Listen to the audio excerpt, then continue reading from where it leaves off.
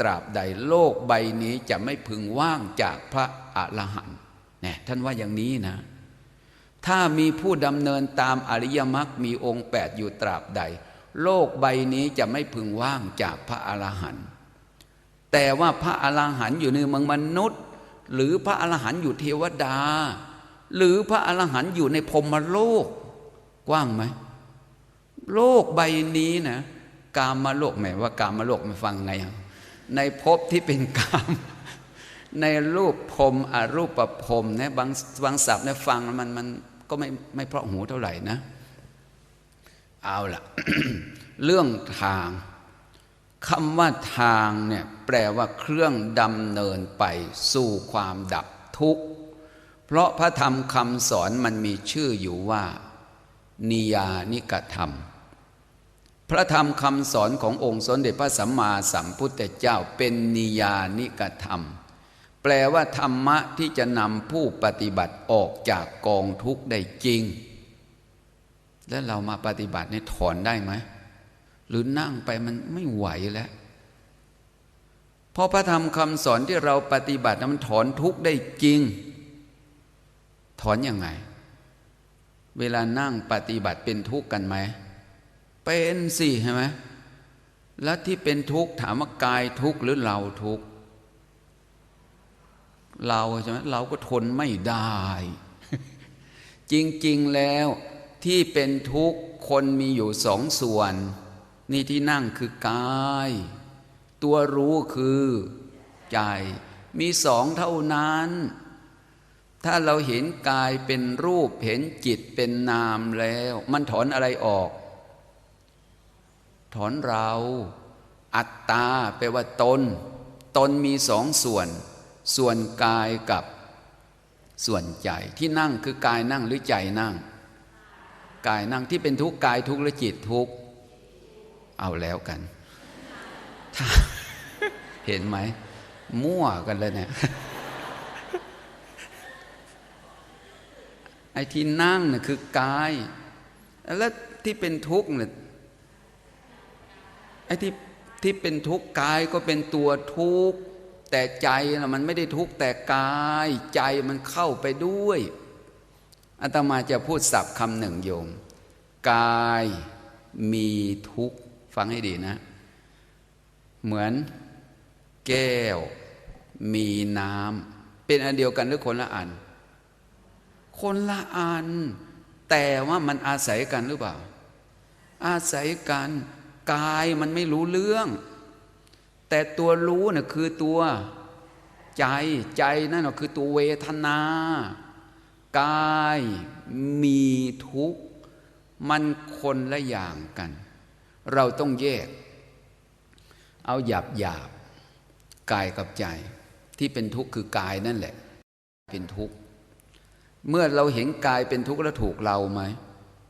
มันถอนเราเนี่ยนิยานิกธรรมเนี่ยมันแปลว่าธรรมะที่นำผู้ปฏิบัติออกจากกองทุกข์ได้จริงออกเวลาไหนเรามีสติรู้ขณะใดมันก็ถอนทุกข์ในขณะนั้นเมื่อสติตามดูรู้ทันใจของเราก็เป็นสุขในขณะนั้นนี่ธรรมจารีสุขขังเสติผู้ประพฤติธรรมใจเป็นสุขในขณะนี้เอาละมาเข้าลำดับขั้นตอนของมรรคคือทางอันเป็นเข้าสู่กระแสความดับทุกข์ที่พระพุทธองค์ทรงแสดงว่าเป็นทางสายเอกไม่เอียงซ้ายไม่ย้ายมาขวาไม่มีเหลืองไม่มีแดง เขาเรียกว่าอยู่สายกลางเนี่ยเขาเรียกว่ามัชชิมานะมัชชิมาปฏิปทาคนที่จะวางจิตให้เป็นกลางคนนั้นต้องมีความเห็นถูกทางที่เข้าสู่ความดับทุกข์เนี่ยไม่เหมือนศีลธรรมต้องเอามารยาทศีลละจึงเอาธรรมตามมาแต่ทางดับทุกข์ท่านเอาปัญญาขึ้นนำหน้าเลยนี่สังเกตนะอย่างในอริยมรรคมีองค์8เนี่ยพระพุทธองค์ทรงแสดงยกอะไรขึ้นก่อนสัมมาทิฏฐิเห็นไหมโยมสัมมาทิฏฐิ คนจะเดินทางถูกมันต้องมีความรู้ดีก่อนสัมมาทิฏฐิแปลว่าเห็นถูกสัมมาแปลว่าถูกก็ได้สัมมาแปลว่าชอบก็ได้ไอ้ที่มันชอบก็คือไม่ผิดไอ้ที่มันไม่ผิดคือถูกยังไงกันนะความเห็นถูกเนี่ยเห็นแบบไหนถูกแบบบ้านเมืองหรือถูกแบบธรรมะสัมมาทิฏฐิของชาวโลกทำมาค้าขายไม่ลักไม่ขโมยของใครก็เรียกว่าสัมมาทิฏฐิไปหาปูหาปลาในหนองในน้ำไปลักไปขโมยของใครหรือเปล่าไม่ได้ลักไม่ได้ขโมยเป็นสัมมาอาชีพหรือเป็นมิจฉาชีพนั่นตามทางโลกเขาพูดกันอย่างนั้นชาวประมงเนี่ยถือว่าเป็นสัมมาอาชีพแต่พูดถึงทางธรรมแล้วมันเป็นทุลาชีพอาชีพที่ไปเบียดเบียนคนอื่นฆ่าคนอื่นแม้จะไม่ได้ไปลักไปขโมยอาชีพนั้นยังต้องไปทำร้ายเบียดเบียนคนอื่นอันนั้นไม่ใช่สัมมาอาชีพนะเป็นทุลาชีพนี่คำว่าสัมมาทิฏฐิที่พระพุทธองค์ทรงแสดงไว้น่ะสัมมาทิฏฐิเห็นอะไรเห็นทุกข์ชาติปิทุกขาอีทังโคปนะภิกขเวทุกขังอริยสัจจังสัมมาทิฏฐิเห็นชอบก็คือเห็นทุกข์เห็นทุกข์อะไรคือตัวทุกข์ชาติปิทุกขาอะไรเกิดขันธ์ห้าเกิดโยมรู้จักขันธ์ห้าไหมโยมหรือหาไม่เจอที่บ้านมีหลายขันธ์ไม่ใช่นะโยมโยมจะเข้าป่าไปหาโจรเนี่ยเราต้องรู้โจรนะถ้าไม่รู้ตัวโจรโยมจับโจรไม่ถูกไอ้สัมมาทิฏฐิเห็นถูกเนี่ยคำว่าวิปัสสนาก็คือตัวสัมมาทิฏฐิตัวนี้แหละชาติปิทุกขาการเกิดเป็นทุกข์รูปนามขันธ์ห้ากายและใจเนี่ยคือตัวทุกข์การเกิดของรูปการเกิดของนามนี่มันเป็นตัวทุกข์นะตัวทุกข์นี่ตัวทุกข์นะโยมนะอย่าไปเข้าใจผิดคิดว่าที่นั่งคือเราถ้าเป็นเราแล้วนี่คือเป็นอุปาทานแล้วอุปาทานยังไง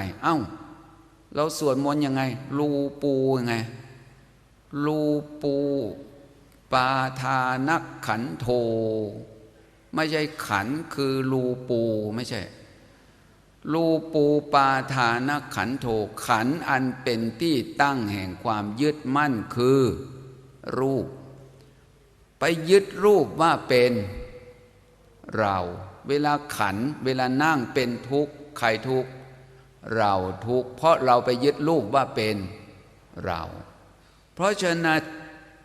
การเข้าใจว่าขันธ์ห้าเนี่ยมันเป็นตัวทุกข์พระพุทธเจ้าตรัสไว้อย่างนั้นสังคิตเตนะปัญจุปาทานขันธาทุกขาโดยสรุปแล้วขันธ์ห้ารูปเวทนาสัญญาสังขารวิญญาณนี่เป็นตัวทุกข์นี่ร่างกายของเราทั้งหมดที่นั่งอยู่เนี่ยคือตัวรูปประขันธ์ไม่ใช่เรานะโยมนะนั่งสบายไม่สบายเนี่ยคือเวทนาขันธ์เวลานั่งสบายเข้าท่าวะเนี่ยนั่นเรายึดเวทนาว่าเป็นเราจริงๆนะที่สบายไม่สบายคือเวทนาไม่ใช่รูปจำได้ไหมนั่งพับเพียบดีหรือนั่งขัดสมาธิดีหรือนั่งเหยียดขาดีเหยียดขาดีมันไม่ดีทั้งนั้นแหละตัวปรุงแต่งว่านั่งเก้าอี้ดีกว่านั่งพับเพียบบางคนนั่งพับเพียบดีกว่านั่งขัดสมาธิบางคนว่ายืนดีกว่านั่งไอ้ตัวปรุงแต่งว่าท่านั้นดีท่านี้ดีเขาเรียกว่าสังขารขันธ์สังขารแปลว่าปรุงแต่งมันทุกข์ทั้งนั้นแล้วก็ธาตุรู้เรียกว่าวิญญาณสรุปแล้วขันธ์ห้าย่อให้สั้นเป็นสองกายเป็นรูปเวทนาสัญญาสังขารวิญญาณเรียกว่านามสรุปแล้วถ้าเราซอยออกมาอย่างนี้จะไม่มีคำว่าเรา อัตตาแปลว่าตนตนมีสองส่วนส่วนกายกับส่วนใจถ้าเราเห็นกายเป็นรูปเห็นจิตเป็นนามอัตตาก็สลายอะไรเข้ามาปรากฏแทนอนัตตาแปลว่าไม่มีตัวตนที่เป็นทุกข์อะไรทุกข์รูปทุกข์จิตใจคิดถึงคนนั้นคิดถึงนี่อะไรบังคับบัญชาไม่ได้เป็นสุขหรือเป็นทุกข์ทุกข์อะไรทุกข์นามทุกข์ถูกเราไหมนี่ถอนทุกข์สัมมาทิฏฐิเห็นชอบเห็นทุกข์เห็นรูปเป็นทุกข์เห็นนามเป็นทุกข์นี่สัมมาทิฏฐิคำว่าทุกข์ในที่นี้อยู่ความหมายของทุกข์นี้ทั้งรูปทั้งนามเนี่ยท่านแสดงอธิบายว่าวิปปริณามัตโถชื่อว่าทุกข์เพราะอรรถว่าต้องเปลี่ยนแปลงอยู่ตลอดเวลาใช่ไหมถามว่าท่าไหนดีอิริยาบถสี่โยมว่ายืนเดินนั่งนอนโยมอยากอยู่ท่าไหนอยากนอนใช่ไหมนอนก็ได้ไปได้ให้เจ้าหน้าที่อาจารย์วิทยากรแต่อย่าเปลี่ยนอย่าพลิกนะกินอยู่ตรงนั้นถ่ายอยู่ตรงนั้นนะแล้วโยมจะเอาไหมไม่เอาอีกอ้าวมันไม่มีอะไรดีก็บอกว่าขันธ์ห้านี้เป็นทุกข์เนี่ยวิปริณามัตโถกายเนี่ยมหาภูตธาตุเนี่ยต้องอาศัยพลิกซ้ายย้ายขวาต้องเปลี่ยนบริหารอยู่ตลอดเวลาถ้าวิปริณามัตโถมีความแปรปรวนเป็นลักษณะสองสันตาปัฏโถกระสับกระส่ายเร่าร้อนกระสับกระส่ายเร่าร้อนนะขันเนี่ยไม่เปลี่ยนตายแน่นะโยมตายจริงๆนะโอ้ยเดินนานมือก็จะหลุดนะเห็นไหมสันตาปัฏโถกระสับกระส่ายบางคนเนี่ยเกร็งมากปวดไหล่ใช่ไหมโยมเป็นปวดโอ้โหเสด็จแล้วขาจะยกแต่ละครั้งน่ะอาจารย์ก็ช้าโอ้โหบางทียังไม่หนอเลยมันจะลงแล้วนะเห็นไหมโยมสันตาปัฏโถกระสับกระส่ายเล่าร้อนทุกข์แล้วนะจริงๆนั้นกันเห็นธรรมะก็รู้ธรรมชาติที่มันมีนั่นแหละเพราะเราฝึกสันตาปัฏโถวิปริณามัตโถเปลี่ยนแปลงสันตาปัฏโถสังคตัฏโถปรุงแต่งอยู่ตลอดเวลาต้องเปลี่ยนแปลงปรุงแต่ง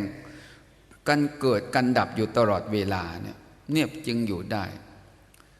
ปีละนัตโถเบียดเบียนกันเกิดเบียดเบียนกันดับมันรูปมันเบียดเบียนรูปเบื้องบนเบียดเบียนรูปเบื้องล่างแม้เราจับกันก็ปวดเป็นทุกข์จริงๆนะนี่เราต้องดูความจริงนะโยมต้องสังเกตนะต้องค่อยสังเกตไม่ต้องรีบร้อนอะไรมากขออย่าไปซีเรียสกับมันเวลายืนปฏิบัตินั่งปฏิบัติหรือยังไงก็ตามดู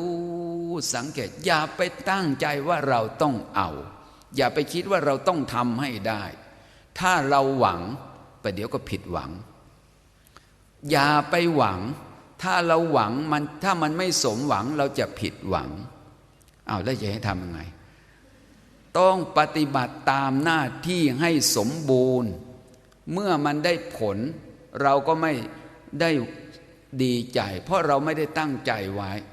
ถ้ามันไม่ได้ผลเราก็ไม่ได้เสียใจเพราะเราไม่ได้คาดหวังไว้แต่เราต้องทำหน้าที่ของเราให้สมบูรณ์สัมมาทิฏฐิเห็นถูกก็คือเห็นทุกข์เห็นรูปเป็นทุกข์เห็นนามเป็นทุกข์ไอ้นามเป็นทุกข์มันเป็นยังไงไปคิดเรื่องนี้นี่ขณะหนึ่งแล้วนะไปคิดไปเรื่องโน้นแสดงว่าจิตเนี่ยถ้ามันเที่ยงถ้าคิดเรื่องนี้จะคิดเรื่องอื่นได้ไหมไม่ได้ที่มันคิดไปในเรื่องอื่นเพราะว่าเรื่องมันทิ้งเรื่องเก่าแล้วจะไปคิดเรื่องใหม่พอมีสติคิดไปในเรื่องโน้นอีกแล้วแสดงว่าจิตเนี่ยเป็นของเราหรือจิตนี่มันบังคับบัญชาไม่ได้ยัมปนานิจังวาสุขขังวาทุกขังวาสิ่งใดไม่เที่ยงสิ่งนั้นเป็นทุกข์หรือเป็นสุขเล่าที่พระพุทธเจ้าถามเบญจวัคคีย์ทุกขังพันเตเป็นทุกข์พระเจ้าค่ะ สิ่งใดเป็นทุกข์ควรหรือที่เธอจะยึดถือว่าเป็นตัวเราของเราโนหิตังพันเตไม่ควรพระเจ้าค่ะเห็นไหมสิ่งใดไม่เที่ยงสิ่งนั้นท่านเรียกว่าทุกข์สิ่งใดเป็นทุกข์สิ่งนั้นท่านเรียกว่าอนัตตาบังคับบัญชาไม่ได้จิตนี้ก็ไม่ใช่ของเราจิตนี้เป็นนามธรรมชนิดหนึ่งเห็นไหมรูปเป็นทุกข์นามเป็นทุกข์ทำไมจึงเรียกว่ารูปเป็นทุกข์นามเป็นทุกข์เพราะบังคับบัญชาไม่ได้มันเป็นอย่างนี้เห็นทุกข์แล้วก็ข้อที่สองที่ว่าสัมมาทิฏฐิเขาไม่เห็นชอบเห็นถูกนะเห็นรูปเป็นทุกข์เห็นนามเป็นทุกข์ทุกข์นี้มาจากอะไรเมื่อเห็นทุกข์เราก็ย้อนสอนว่าทุกข์นี้เกิดมาจากเหตุไอ้ตัวนี้ล่ะมันจะปิดบังสภาวะธรรมเวลานั่งเป็นทุกข์มันจัดสรรเลยนะเปลี่ยนดีกว่าแน่ไอ้ตัวคิดครั้งแรกเนี่ยนั่งเป็นทุกข์ที่นั่งคืออะไรนั่งรูปนั่งที่เป็นทุกข์คือรูปทุกข์ชอบไหมไม่ชอบเนี่ยตัวโทสะเมื่อไม่ชอบทำยังไงจะนั่งต่อไหมไม่ไหวตายแน่แล้วจะทำไงเปลี่ยนถามว่านั่งพลิกซ้ายแล้วจะให้นั่งยังไงต่อไปอีกก็พลิกขวาคิดว่าพลิกไปทางขวามันจะหายทุกข์ใช่ไหมนั่นแหละอิริยาบถใหม่ที่เราเปลี่ยนไปมันปิดบังทุกข์เก่าอย่าลืมนะที่นั่งนะอะไรนั่งรูปนั่งพระพุทธเจ้าถามว่ารูปเป็นสุขหรือเป็นทุกข์รูปเป็นทุกข์แม้นั่งพลิกซ้ายย้ายเปลี่ยนไปพลิกขวาประเดี๋ยวไม่นานก็ทุกข์ตัวสมุทัยน่ะคือความปรารถนาเขาเรียกว่าปุริมิกาตัณหาเพราะฉะนั้นครูบาอาจารย์ท่านจึงสอนเวลาก่อนจะเปลี่ยนจะพลิกต้องเติมอะไรขึ้นมาต้นจิตอยากไอ้ตัวกำหนดเนี่ยเพื่อจะดึงให้สติมันมาก่อนที่จะเปลี่ยนจะพลิกต้องเจริญอะไรก่อนเจริญสติเตือนสติมันก่อนว่าอยากเปลี่ยนเนาะไอ้จริงๆมันอยากตั้งนานแล้วล่ะตามมันตั้งนานอยากเปลี่ยนเนาะไอ้ตัวคิดตัวนึกนี่แหละคือตัวตัณหาเป็นเหตุให้เกิดทุกข์ใหม่เราไม่รู้แต่ถ้าเราไม่รู้พอเปลี่ยนก็เข้าใจผิดคิดว่าเปลี่ยนไปแล้วจะไม่ทุกข์นี่ทิฏฐิเข้าไปอิงอาศัยอีกพอเปลี่ยนจากพลิกซ้ายย้ายมาพลิกขวาเข้าท่าเห็นไหมนี่เห็นผิดนะฮะแต่ถ้าผู้เจริญวิปัสสนาเนี่ยเข้าใจว่ารูปเป็นทุกข์มีสติรู้เป็นทุกข์ทุกข์นี้นั่งต่อได้ไหมไม่ได้นั่งไปจิตใจกระสับกระส่ายไม่เป็นสัปปายะควรเปลี่ยนที่เปลี่ยนไม่ใช่เปลี่ยนเพราะอยากเปลี่ยนแต่ที่เปลี่ยนนะเพราะรูปมันเป็นทุกข์ไม่เป็นที่สบายทนอยู่ไม่ได้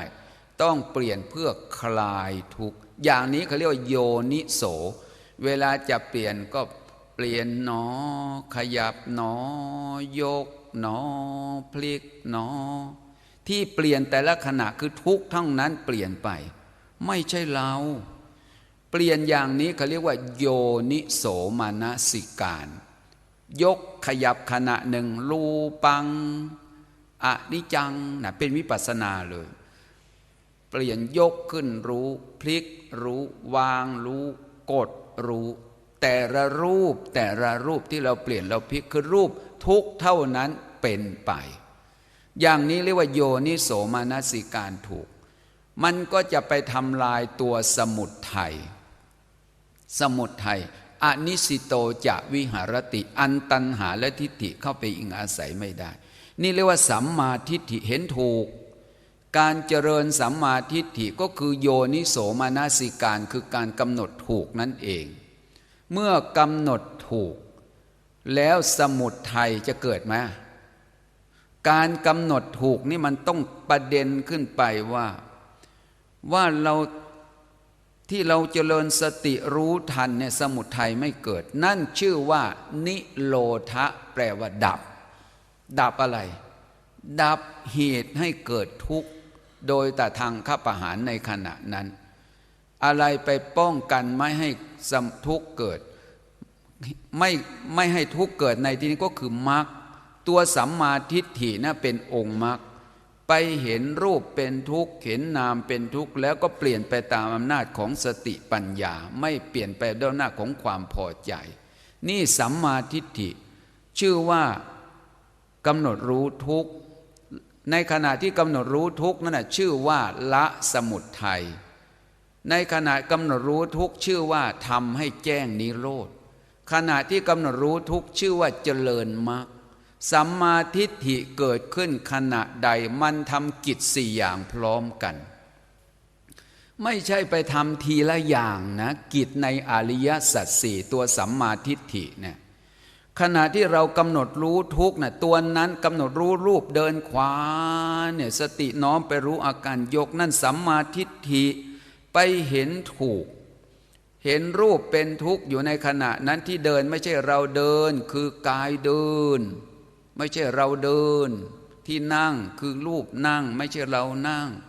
ปัญญารู้ถูกเนี่ยกำหนดรู้ทุกข์ชื่อว่าขณะนั้นละสมุทัยละสมุทัยเพราะขณะเจริญกุศลสมุทัยคือเหตุให้เกิดทุกข์ไม่มีนิโรธแปลว่าดับอะไรดับดับตัวสมุทัยในขณะเจริญกำหนดรู้ทุกข์ชื่อว่าละสมุทัยเจริญทำให้แจ้งนิโรธก็คือดับเหตุให้เกิดทุกข์นั่นเองกำหนดรู้ทุกข์ชื่อว่าเจริญมรรคพูดไปพูดมาก็เจริญสัมมาทิฏฐิขณะเดียวย่อมทำกิจสี่อย่างเพราะฉะนั้นพระพุทธเจ้าจึงตรัสองคาพยพของการปฏิบัติธรรมว่าอาตาปีสัมปชาโนสติมาใช่ไหมวินัยะโลเกอภิชาโทมานัสสร้างอัตถังขมายะบุคคลมีความเพียรมีสัมปชัญญะมีสติอยู่เนืองๆพึงนำออกเสียซึ่งอภิชาและโทมนัสก็ดับสมุทัยดับเหตุให้เกิดทุกข์นั่นสัมมาทิฏฐิแปลว่าเห็นชอบที่นั่งน่ะคือทุกข์นะที่เปลี่ยนคือทุกข์นะเปลี่ยนไปไม่ใช่เราที่เดินน่ะเดินคือกายเดินไม่ใช่เราเดินที่เป็นทุกข์คือกายทุกข์ไม่ใช่เราทุกข์นอนก็เหมือนกันนอนก็ไม่ใช่เรานอนคือกายนอนนี่เราทำความเข้าใจถูกแต่อย่าลืมนะวะจะสาอย่าทิ้งพูดในคล่องปากนอนนอนหนอนอนหนอทำไมต้องพูดด้วยก็เพื่อจะประคองจิตให้อยู่กับอาการของกายนอนนอนหนอเหยียดหนอรู้หนอพอนอนเรียบร้อยกายมันนิ่งอะไรที่มันกระเพื่อมอยู่พองยุบถามว่านอนอยู่มีพองมียุบไหมมีถามว่าพองยุบเป็นรูปอะไร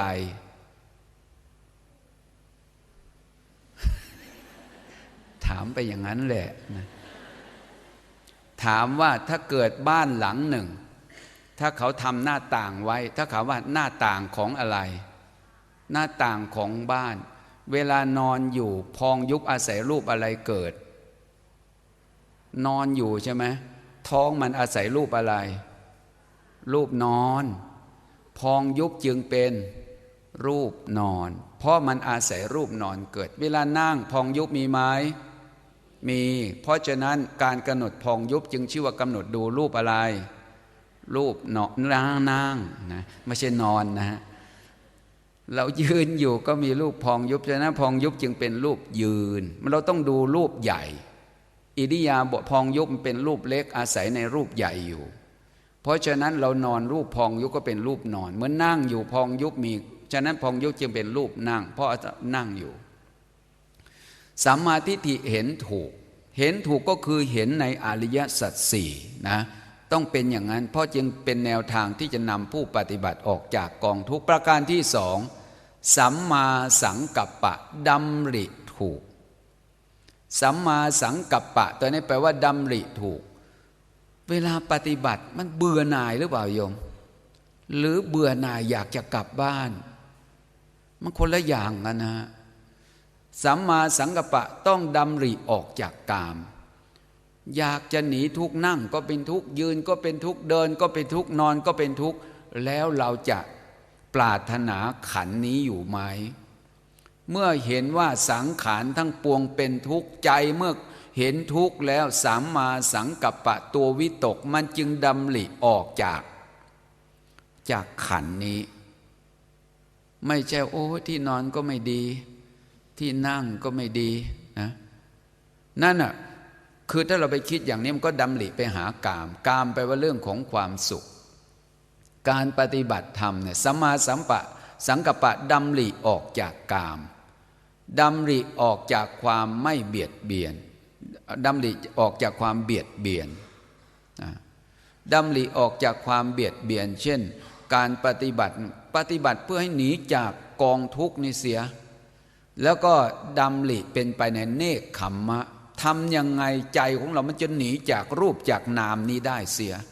ต้องดำริออกจากสิ่งเหล่านี้จึงจะเป็นสัมมาสังกัปปะดำริถูกจิตใจถ้าเราปฏิบัติถ้าเกิดว่าเราไม่เห็นโทษในขันธ์ไม่เห็นโทษในรูปในนามนี้ใจมันก็ยินดีพอใจในอะไรญาติโยมในรูปในนามนี้ถามจริงๆเธออยากจะไปนิพพานบ้างไหมโยมเนี่ยหรือยังไม่อยากไปอยากไปนะไม่ใช่มาอยู่ยังไม่ครบคอร์สเนี่ยโอ้เมื่อไหร่จะหมดเวลาสักทีวะเนี่ยนะนั่นคือจิตนะตัวดำรินิยมถ้าเราปฏิบัตินะองค์มรรคคือข้อปฏิบัติที่จะออกจากกองทุกข์ท่านว่าอย่างนั้นนะตัวรูปตัวนามเนี่ยมันเป็นตัวทุกข์ถ้าเราปฏิบัติแล้วถ้าเห็นรูปเป็นทุกข์เห็นนามเป็นทุกข์แล้วใจมันอยากออกจากขันธ์นี้ดำริออกจากกามยังไงดำริออกจากความพยาบาทแล้วใจมันน้อมไปหาวิเวกคือเนกขัมมะเนี่ยเนกขัมมะสังกัปปะดำริออกจากกามคือออกบวชในที่นี้หมายความว่าออกห่างจากสิ่งทั้งหลายที่มีที่เป็นนี่เป็นสัมมาสังกัปปะนี่เป็นองค์มรรคข้อที่สองมันเริ่มมาจากสตาร์ทข้อที่หนึ่งคือสัมมาทิฏฐิแล้วสัมมาสังกัปปะมันก็ได้ที่มันก็ตามมาและเรื่องขององค์มรรคนี่เราต้องมันเป็นไปของมันเราไม่ต้องว่าเมื่อเจริญอันนี้ล่ะมันสัมปยุตตธรรมมันเป็นไปด้วยกันนี่มรรคข้อที่สองสัมมาสังกัปปะข้อที่สามสัมมาวาจาเอาละข้อนี้สัมมาวาจา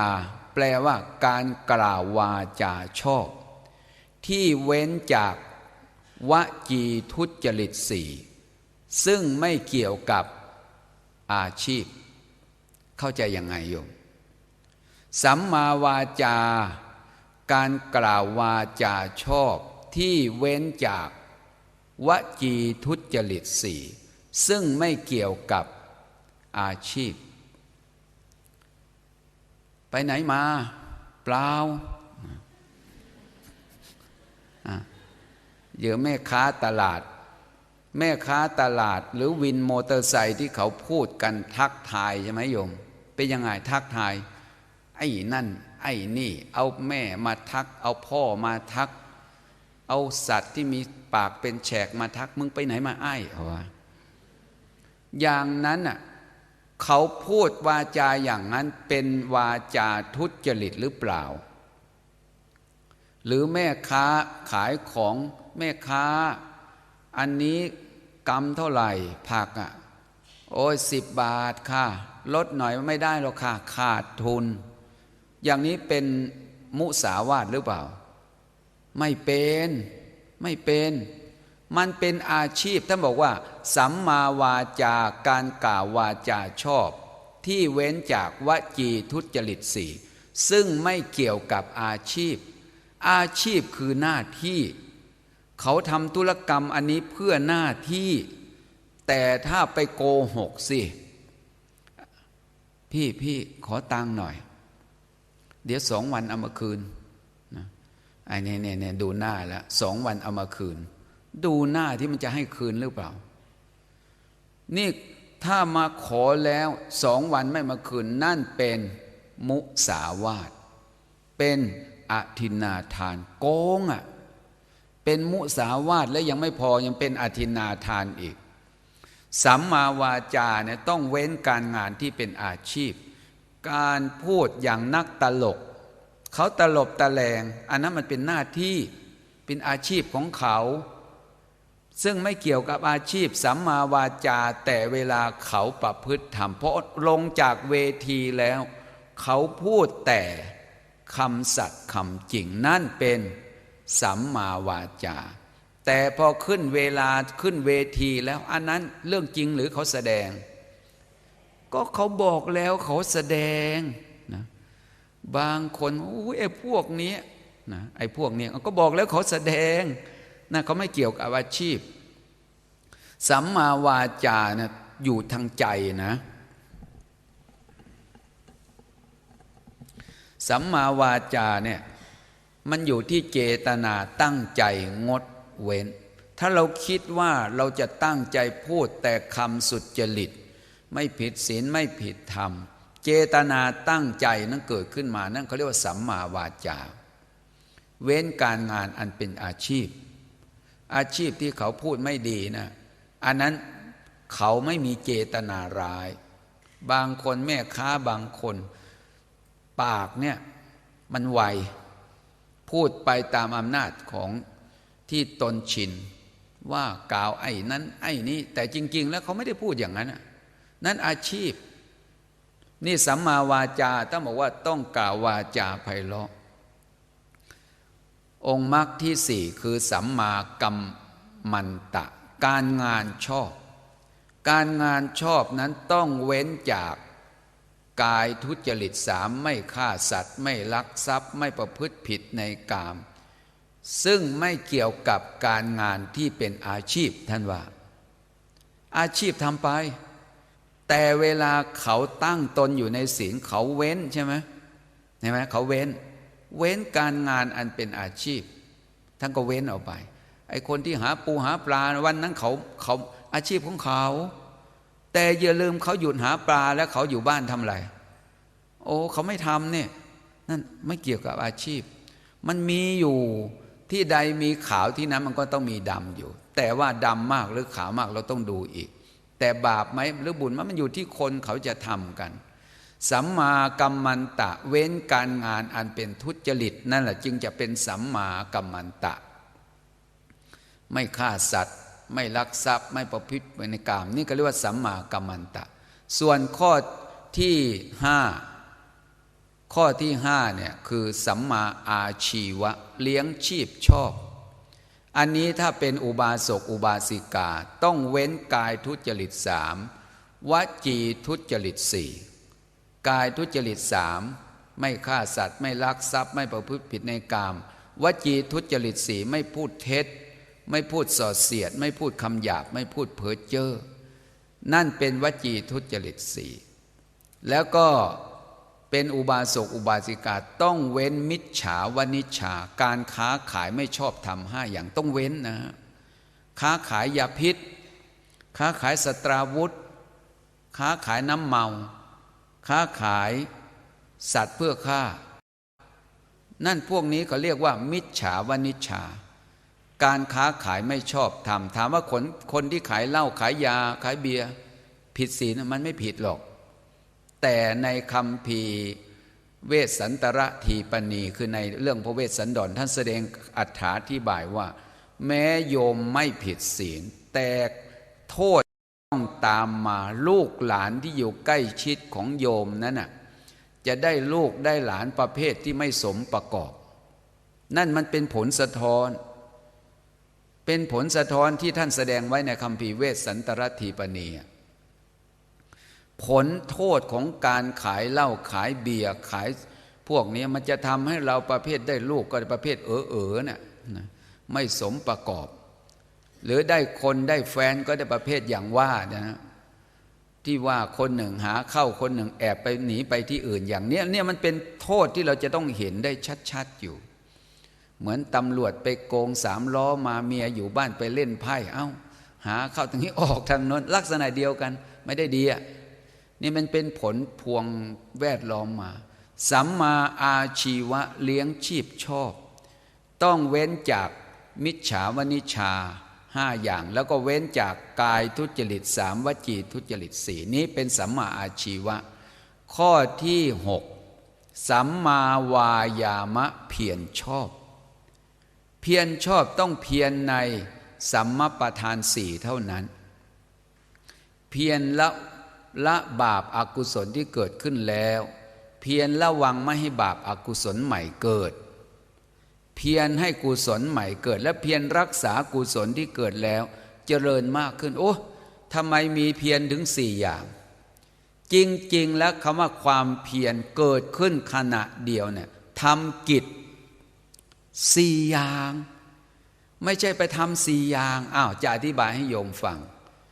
ประธานคือความเพียรประธานทอทงนะความเพียรเกิดขึ้นขณะเดียวทำกิจ4อย่างสมมติว่าโยมก่อนเดินโยมขวาย่างหนอสติยังไม่มาเท้าซ้ายยกรอแล้วแสดงว่าเนี่ยสติทันไหมไม่ทันอย่าเพิ่งยกสิขวาย่างหนอเหยียบนิ่งก่อนถ้าสติไม่มาอย่าเพิ่งยกอันนี้อะไรขวาย่างหนอยกรอแล้วพวกอย่างนี้ไม่ทันเอาใหม่ถอยหลังใหม่ช้าไว้ก่อนอย่ารีบร้อนเมื่อสติมาซ้ายย่างหนอเหยียบนิ่งก่อนสติมาแล้วก็ขวาย่างหนอเนี่ยคือฝึกสติเพื่อปรารภความเพียรไอ้ความเพียรในที่นี้พอเผลอปรับตั้งใจว่าตั้งแต่ขณะนี้เราจะไม่ให้ความหลงลืมเกิดเห็นไหมไอ้ความหลงลืมเนี่ยเป็นบุญหรือเป็นกุศลหรืออกุศลอกุศลเพราะสติไม่มาปัญญาก็เลยไม่เกิดพอสติเตลิดมันก็เกิดอะไรขึ้นมาอกุศล เกิดอกุศลขึ้นในจิตใจเพราะฉะนั้นพอเราหลงปั๊บเนี่ยจึงบอกตั้งสติว่าต่อจากนี้ตั้งแต่วินาทีนี้ขณะนี้ข้าพเจ้าจะไม่ให้หลงลืมนั่นชื่อว่าปรารภความเพียรอารัปภะศัพท์นี้แปลว่าละจะไม่ให้อกุศลใหม่เกิดนี่ชื่อว่าขณะที่ตั้งสติเพียรอกุศลที่เกิดขึ้นแล้วอกุศลที่เกิดขึ้นแล้วคือความหลงลืมที่เกิดขึ้นแล้วต่อไปนี้จะไม่ให้หลงลืมอีกนั่นชื่อว่าเพียรละวางไม่ให้อกุศลใหม่เกิดในขณะที่ตั้งสตินั้นสติเป็นตัวกุศลหรืออกุศล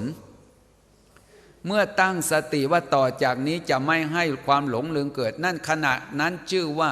ทำให้กุศลใหม่เกิดในขณะที่ตั้งใจว่าต่อจากนี้ไปจะไม่ให้อกุศลความหลงลืมเกิดนั่นชื่อว่าเพียรรักษากุศลที่เกิดแล้วไม่ให้เสื่อมการเจริญสติไอ้พูดถึงสติก็เป็นการสะเทือนถึงความเพียรพอพูดถึงความเพียรก็เป็นอันสะเทือนถึงตัวปัญญาอาตาปีสัมปชาโนสติมาเนี่ยเขาเรียกองค์ของการปฏิบัติมันเป็นไปด้วยกันไม่ต้องไปแยก มันเป็นไปด้วยกันเพราะฉะนั้นความเพียรเนี่ยเพียรเกิดขึ้นขณะใดมันต้องพร้อมกันตั้งใจว่าจะไม่ให้หลงลืมเนี่ยอย่างเดินจงกรมพอกำหนดไปพองเนาะยุบเนาะลืมอีกตั้งใจต่อไปนี้จะไม่หลงลืมนั่นชื่อปรารภความเพียรอารัปภะท่านบอกว่าปรารภบ่อยๆหลงลืมไม่เป็นไรมันเป็นเรื่องของมันแต่หน้าที่ของผู้ทำความเพียรต้องให้ปรารภบ่อยๆอารัปภะท่านบอกว่าปรารภเริ่มบ่อยๆเดินจงกรมก็เหมือนกันหลงลืมก็ตั้งสติบ่อยๆนั่นชื่อว่าปรารภความเพียรตั้งสติครั้งเดียวชื่อว่าทำความเพียรในที่4สถานแต่จริงๆไม่ใช่พูดถึง4ขณะทำความตั้งสติและลึกรู้ขณะเดียวแต่มันทำกิจ4อย่างพร้อมกัน ไม่ใช่ไปทำความเพียรทีละอย่างนี่ในหลักนะว่าความเพียรมีกิจสี่อย่างท่านว่าอย่างนั้นขณะเดียวกันนะเรียกว่าสัมมาวายามะมักเพียรชอบเพียรชอบเพียรละอกุศลที่เกิดขึ้นแล้วเพียรไม่ให้อกุศลใหม่เกิดเพียรให้กุศลเพียรให้กุศลเกิดแล้วก็เพียรรักษากุศลที่เกิดแล้วเจริญมากขึ้นการที่เรามีสติและลึกรู้ขณะเดียวชื่อว่าทำกิจสี่อย่างความเพียรสี่อย่างพร้อมกันข้อที่7สัมมาสติสัมมาสติการระลึกชอบถ้าเราไปดูในวิชชาสูตรในพระไตรปิฎก วิชชาสูตรการเจริญสติที่สมบูรณ์ต้องอาศัยการฟังถูกการฟังถูกเนี่ยมันเป็นเหตุให้เกิดสัมมาสติการระลึกถูกสัมมาสติการระลึกถูกเป็นเหตุให้เกิดสัมมาสมาธิจิตตั้งมั่นถูกอย่างเราสัมมาสตินี้ชื่อว่าสติชอบสัมมาสติต้องเป็นไปในสติปัฏฐานสี่ท่านลงไปอย่างนั้นด้วยไม่ใช่สตินะมันมีอยู่สี่แต่อารมณ์ของสติมีอยู่สี่ท่านจึงเรียกว่าสติปัฏฐานสติปัฏฐานคืออารมณ์ของสติหรือฐานตัวนั้นแปลว่าอารมณ์ให้เกิดสติมีสี่ไม่ใช่สติมีสี่สติไประลึกถึงอะไรกายนั่งสบายหรือไม่สบายสบายไม่สบายนั้นสติไประลึกรู้นั้นสติไปเอาเวทนาจิตนั่งอยู่จิตคิดไหมจิตนึกจิตคิดสติรู้จิตเป็นอารมณ์ของสติเวลานั่งปวดหลังปวดเอวไหมเกิดความง่วงไหมถ้าไม่ง่วงมันก็เป็นสมาธิถ้าไม่เป็นสมาธิมันก็ง่วงถ้าไม่ง่วงมันก็ฟุ้งนั่นแหละคือธรรมะอย่านึกว่าเรานะง่วงก็เป็นธรรมะรู้ว่าง่วงเนี่ยเป็นธรรมะนะอุทธัจจะกุกุจจะนิวรณ์ง่วงฟุ้งซ่านรำคาญนั่งกำหนดพองหนอยุบหนอคอหักฟับลงเนี่ยอย่าลืมที่นั่งบางทีบรรลุได้นะ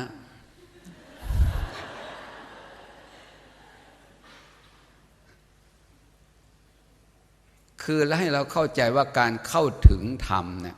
เวลาคอหักเนี่ยมันรูปเที่ยงหรือไม่เที่ยงมันไม่เที่ยงเมื่อคอหักได้ทำไงรู้หนอใช่ไหมไม่ใช่ไปนั่งคอหักเทเล่อย่างนั้นรู้แล้วก็กราบหนอ นั่นปัญญานะปัญญาธรรมะอนุปัสสนาสติปัฏฐานสติตัวเดียวไปเอาอารมณ์สี่อย่างเอากายเอาเวทนาเอาจิตเอาธรรมมาเป็นอารมณ์นี่สัมมาสติแปลว่าระลึกชอบต้องระลึกในสติปัฏฐานสี่ทั้งนั้นอย่านึกว่าเป็นเรานะเจริญสติต้องถอนสัตว์บุคคลไม่ใช่เราเดินนะเนี่ยนี่เรามาฝึกเนี่ยเพื่อถอนสัญญาเก่านะสัญญาเก่าถ้าพูดภาษาคอมพิวเตอร์เขาเรียกว่าไวรัส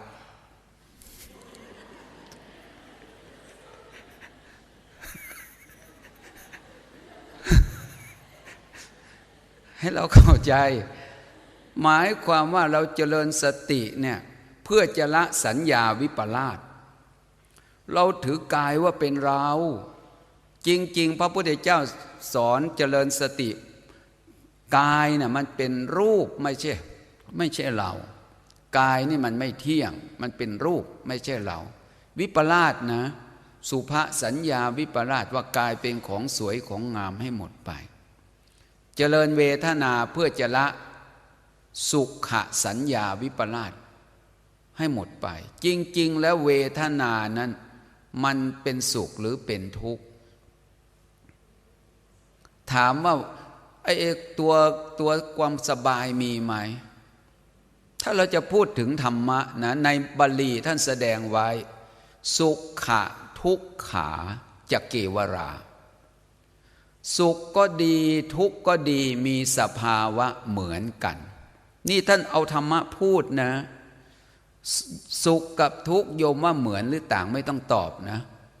ถ้าตอบมันหลายพักโยมว่าเหมือนหรือต่างสุขก็ดีทุกข์ก็ดีภาษาบาลีว่าสุขะทุกขาจะเกวราสุขก็ดีทุกข์ก็ดีมีสภาวะเหมือนกันเหมือนกันยังไงอันนี้พูดธรรมะนะสุขมีการเกิดขึ้นแล้วก็ดับไปอันนี้พูดถึงธรรมะทุกข์ล่ะมีการเกิดขึ้นแล้วก็ดับไปเหมือนหรือต่างเหมือน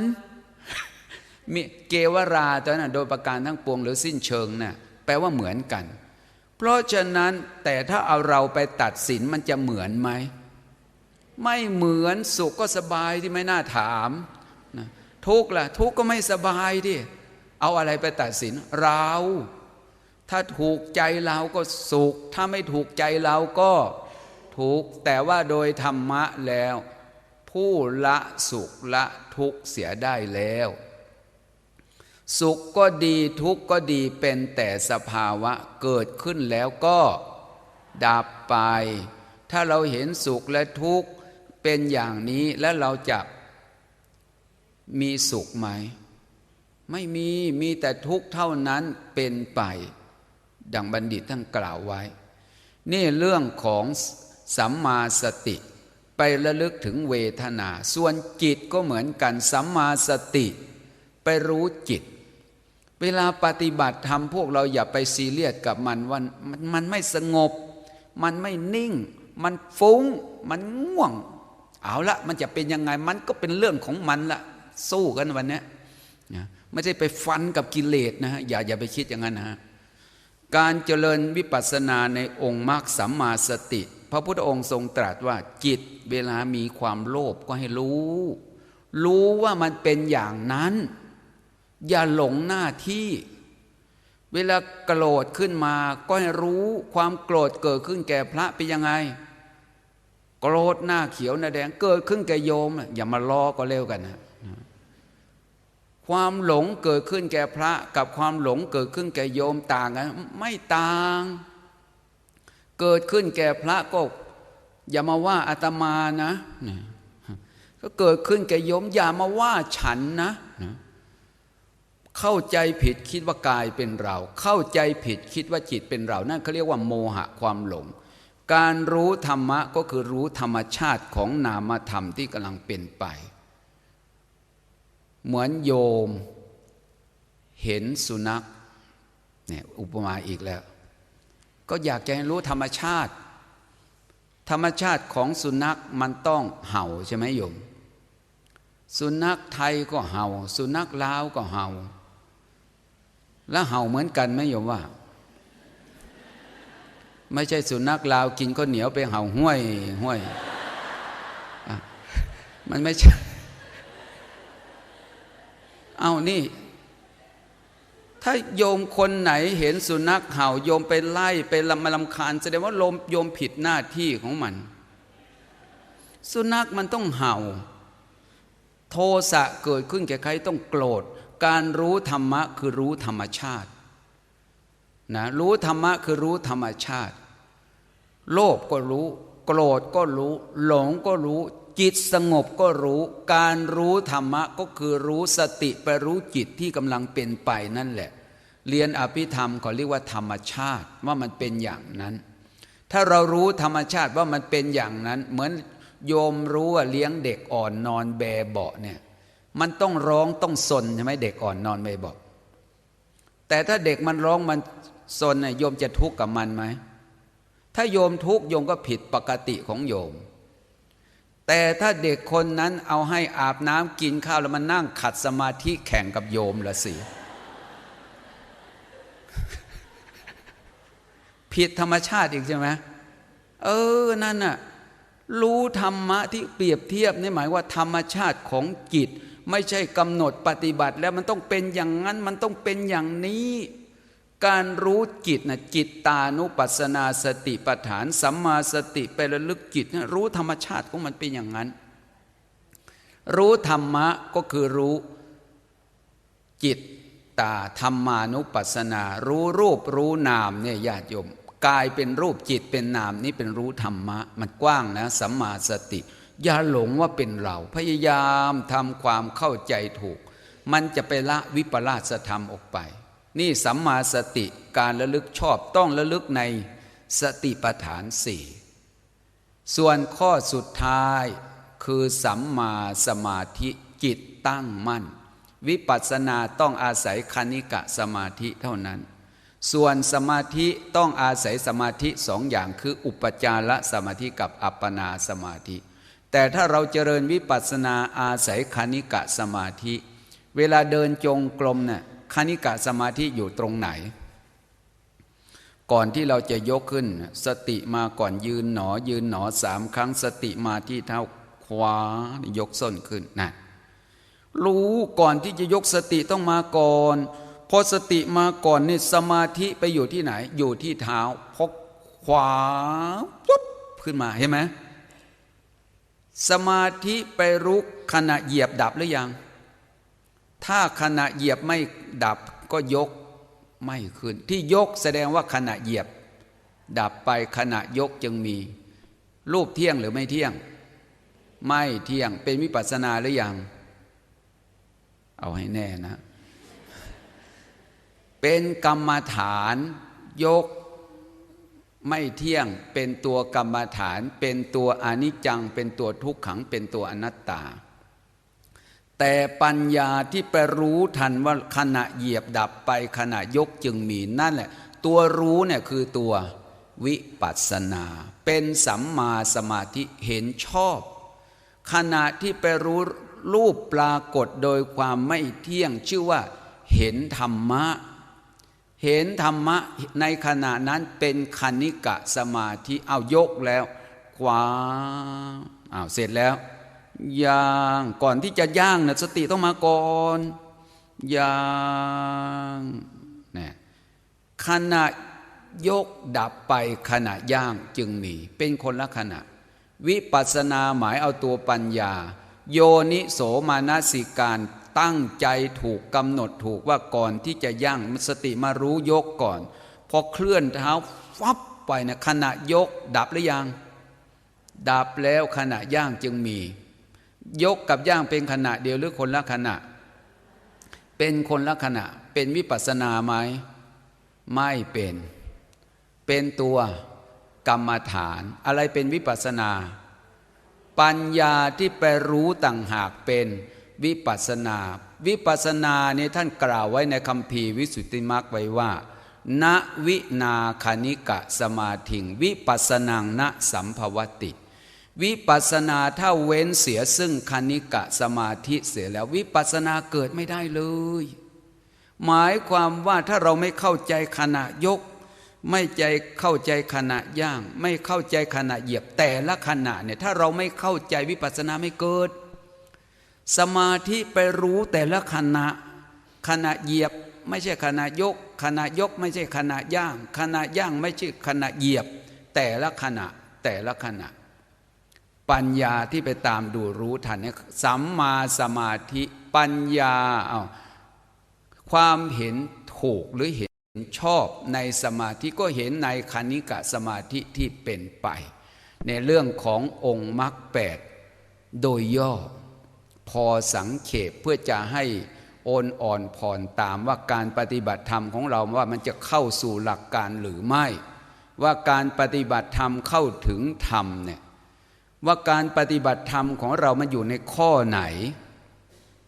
สัมมาสติถูกไหมว่าขณะยกขณะหนึ่งย่างขณะหนึ่งจริงๆเราก็ไม่ต้องไปวิพากษ์วิจารณ์ขอให้เราตั้งใจว่าสิ่งที่เราตั้งใจชีวิตนี้โอกาสที่เราจะมานั่งอย่างนี้ไม่ใช่ของหาง่ายการที่เรามานั่งตั้งใจมันจะหลับก็ให้หลับแบบผู้มีสติหลับ เวลาตื่นก็ให้มันมีสติตื่นแบบผู้มีสติตื่นฟุ้งมันเป็นเรื่องของมันหลงลืมมันเป็นเรื่องของมันนะเอาละฟังมาก็พอสมควรก็ขออนุโมทนาสาธุการเรื่ององค์มรรคแปดหนึ่งสัมมาทิฏฐิเห็นชอบสัมมาสังกัปปะดำริชอบสัมมาวาจากล่าววาจาชอบสัมมากัมมันตะการงานชอบสัมมาอาชีวะเลี้ยงชีวิตชอบสัมมาวายามะเพียรชอบสัมมาสติระลึกชอบสัมมาวะสมาธิตั้งใจชอบ8ประการนี้ก็โดยสังเขปพอสมควรเก็บเวลาก็ขออนุโมทนาสาธุการโดยเฉพาะอย่างยิ่งผู้ที่เหน็ดเหนื่อยก็คือท่านอาจารย์วิทยากรที่มาทุ่มเทชีวิตและจิตใจมอบถวายงานเป็นพุทธบูชาแก่องค์สมเด็จพระสัมมาสัมพุทธเจ้าถวายเพื่อเป็นพุทธบูชาอาตมภาพก็ต้องขออนุโมทนาสาธุการคณะกรรมการบริหารและก็ขออนุโมทนากุศลศรัทธาคณะโยคีผู้ปฏิบัติทุกท่านที่ตั้งใจปฏิบัติมาแต่ตั้งแต่ต้นจนถึงบัดนี้อาตมภาพจึงขออ้างอัญเชิญคุณพระศรีรัตนตรัยคือคุณของพระพุทธเจ้าพระธรรมพระสงฆ์ทั้ง3ประการนี้จงดลบันดาลประทานพรอภิบาลปกปักรักษาอาจารย์วิทยากรทุกท่านโยคีผู้ปฏิบัติทุกคนกรรมการผู้บริหารและผู้อุปถัมภ์จงมีความสุขกายสุขใจอยู่ที่ไหนกับใครอย่างใดก็ขอให้พบแต่คนดีมีคนดีชูชุบอุปถัมภ์คนชั่วอย่าได้ก่ายกล้ำเข้ามาใกล้ใครคิดร้ายก็ขอให้พ่ายแพ้ไปทำธุรกิจการงานอันใดก็ขอให้เจริญก้าวหน้าบุญกุศลที่พวกเราร่วมกันสร้างร่วมกันบำเพ็ญในการละครั้งนี้จงอำนวยอวยชัยให้เกิดโชคเกิดลาภในที่ทุกสถานในการทุกเมื่อเป็นปัจจัยเพื่อการรู้แจ้งเห็นจริงในหลักสัจธรรมคำสอนเป็นแนวทางที่จะนำตนพ้นจากกองทุกข์ถึงสุขอันบวรกล่าวคือมรรคผลนิพพานในอนาคตการอันใกล้นี้จงทุกประการทุกท่านด้วยเถิดสาธุสาธุสาธุค่ะ